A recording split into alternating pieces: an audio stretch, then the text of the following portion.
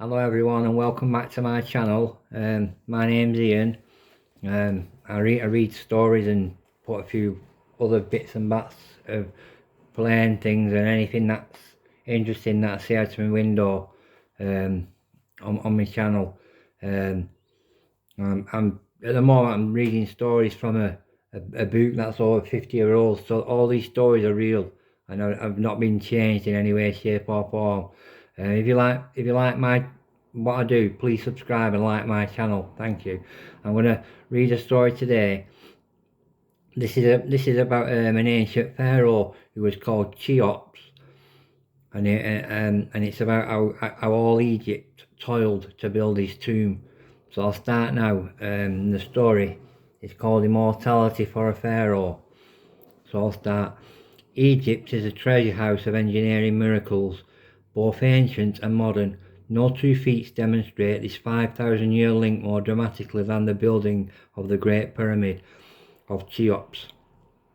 Around 2700 BC and the 1960s, in the 1960s, organised rescue of the massive rock temples of Abu Simbel from the rising waters of the Aswan High Dam.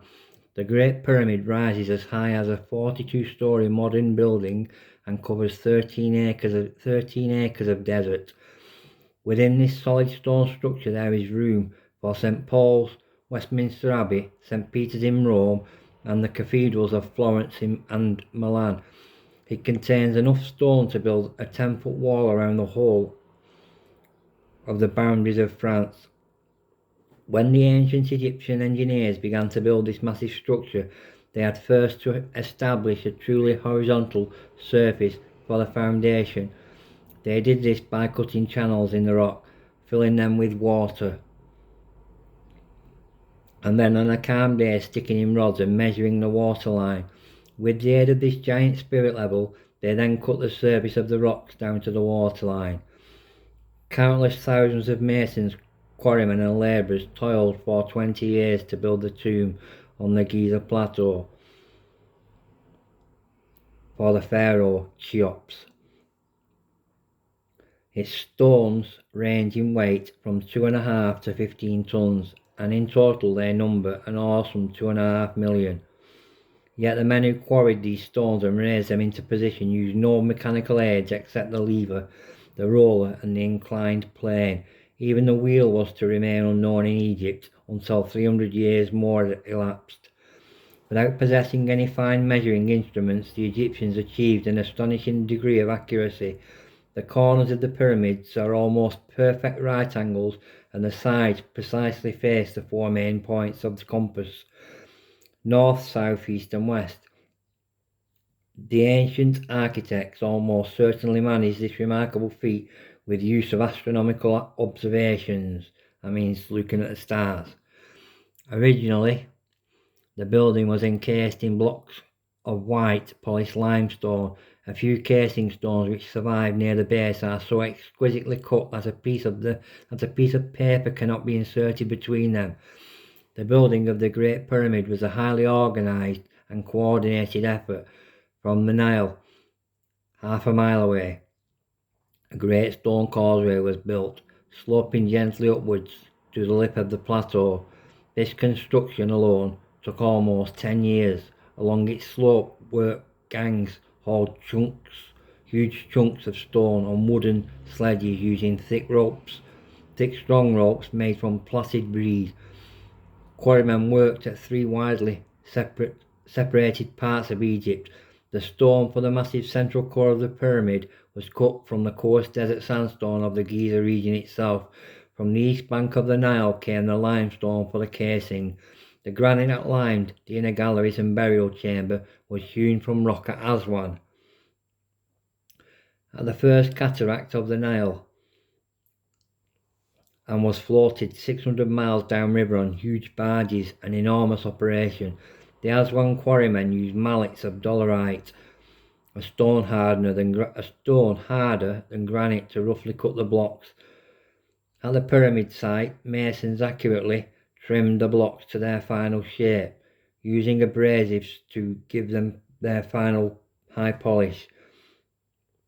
gangs all the stones up a long supply ramp to put them in place at the lip of the ramp where the last layer of stones had been laid. Each block was slid into position on a bed of liquid mortar which also acted as a lubricant. As the pyramid rose, the ramp was lengthened, for the slope had always to remain the same to ensure that the building's dimensions were correct. Skilled craftsmen were employed all through the year, but the unskilled men could only work for 3 months at a time in the autumn when the Nile had its annual flood. All these agricultural workers, about 100,000 of them, waited for their flood to subside before planting their crops. They were to work on the building of the pyramid. The names of some of the gangs and overseers have survived, painted roughly on the limestone surfaces. By the time the entire inner core was laid, the pyramid had become totally hidden, surrounded by ramps. The final task of facing the pyramid with its overlying skin of limestone began at the top. As the casing stones were fitted, the ramps were gradually removed until the moment arrived when the great building stood revealed on the plateau in its glistening white court.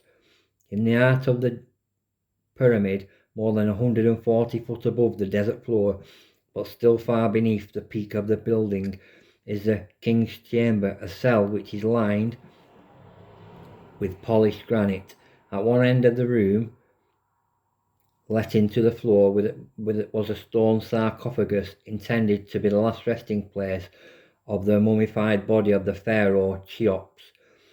The grand gallery adjoining the king's chamber is an extremely cunning piece of engineering which was intended to solve the problem of sealing the royal burial place permanently. Huge plug blocks were stored on the floor of the gallery, resting on temporary timber supports. After the immense and colourful funeral procession had followed Cheops' body to the pyramid, workmen released the blocks which slid down the gallery's slanting floor and jammed the entrance. The workmen escaped down a near vertical tunnel which was then sealed. Cheops' body seemed safe from intruders for all time. In fact, the man was to prove over the centuries that his ability to plunder burial places of ancient kings matched his ability and skill in constructing them. In the 9th century AD, Arab workmen tunnelled through the pyramid and found only a rifled sepulchre. Later, Arab rulers stripped away most of the limestone casing to use in the building of their mosques. Nevertheless, the Great Pyramid is only one of 80 or so pyramids which were built that stands almost in its original state despite many hundreds of years of plunder and exposure to extremes of weather. The Great Pyramid of Cheops remains today as an enduring monument to man's skill and to his longing for immortality.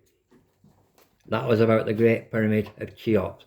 I'll just double check. I'll read you one more short story, and this one's about some statues about the King Ramesses II. So I'll start this one. 3 enormous statues of the god King Ramesses II now gaze across the 20th century man-made lake Nasser from their original 3,200-year-old rock temples.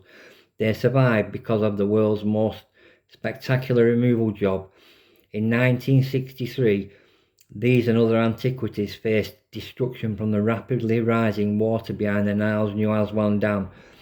Of all the priceless treasures, the most important were the 2 Ramesses temples. A Swedish engineering firm devised a plan to move the small temple with its statues of Queen Nefertari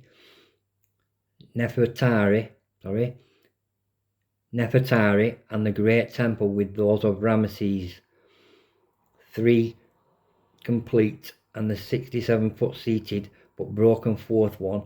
The engineers managed to cut away some 330,000 tons of cliff and shift most of the temples The total operation cost 16,666,000 £616,666,000 666 pence, and that was in 1963. It took 4.5 years to cut the temples into 1,050 pieces, some weighing 33 tons. This massive material had to be reassembled piece by piece 690 foot further up the sheer rock face. Egypt then decided to raise the waterline, so all the small temple blocks already rebuilt had to be dismantled and resited 7 foot higher. The engineers beat the rising waters with 3 months to spare. At the same time, with other engineers, were concerned with imitating the original cliffside background. A dome with a span of 195 foot was built over the Great Temple, and above it a man-made mountain of rock and rubble. By the end of 1967, the Great Temple dome was in place. The rock fill was made from ground level. There remained one important task, a special treatment to camouflage the mile upon mile of cutting on the joints along the surface of the temples. Today, the colossal stone guardians of the temples have been expertly restored to match their former majesty. That was 2 stories about ancient Egypt. I hope you all like them. Have a nice day, and please subscribe to my channel. Thank you. Bye.